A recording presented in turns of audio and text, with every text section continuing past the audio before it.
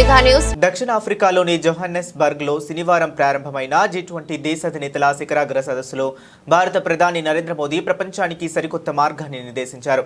ప్రారంభ సెషన్లో ప్రసంగించిన ఆయన ప్రపంచ అభివృద్ధి ప్రమాణాలను పునఃపరిశీలించాల్సిన అవసరం ఉందని నొక్కి చెప్పారు. సమ్మిళిత సుస్థిర వృద్ధి లక్ష్యంగా పలు కీలకమైన వినూత్నమైన 4 కార్యక్రమాలను ప్రతిపాదించారు. ఆఫ్రికా ఖండం తొలిసారిగా G20 సదస్సుకు ఆతిథ్యం ఇస్తున్న తరుణంలో అభివృద్ధికి కొత్త నిర్వచనం ఇవ్వడానికి ఇదే సరైన సమయమని ఆయన అభిప్రాయపడ్డారు. సమ్మిళిత సుస్థిర ఆర్థిక వృద్ధి అనే అంశంపై జరిగిన ఈ సెషన్లో మోదీ మాట్లాడుతూ భారతదేశపు ప్రాచీన నాగరికత విలువలు, ముఖ్యంగా ఏకాత్మ మానవతావాదం ప్రపంచానికి ఒక మార్గాన్ని చూపగలవని అన్నారు. అనంతరం తన ప్రసంగంలో ముఖ్యాంశాలను ఎక్స్ వేదికగా పంచుకున్నారు. ప్రపంచ అభివృద్ధికి సంబంధించి 4 వినూత్నమైన ప్రతిపాదనలను ఆయన ప్రపంచ దేశాల ముందు ఉంచారు. ప్రపంచ అభివృద్ధికి పారామీటర్లను పునఃసమీక్షించి సమ్మిళిత సుస్థిర వృద్ధిపై దృష్టి పెట్టాల్సిన సమయం ఇదేనని మోదీ పిలుపునిచ్చారు.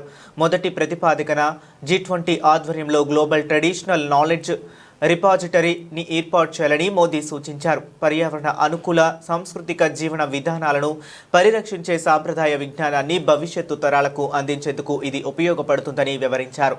దీనికి భారతీయ విజ్ఞాన వ్యవస్థ ప్రాతిపదికన నిలుస్తుందని తెలిపారు.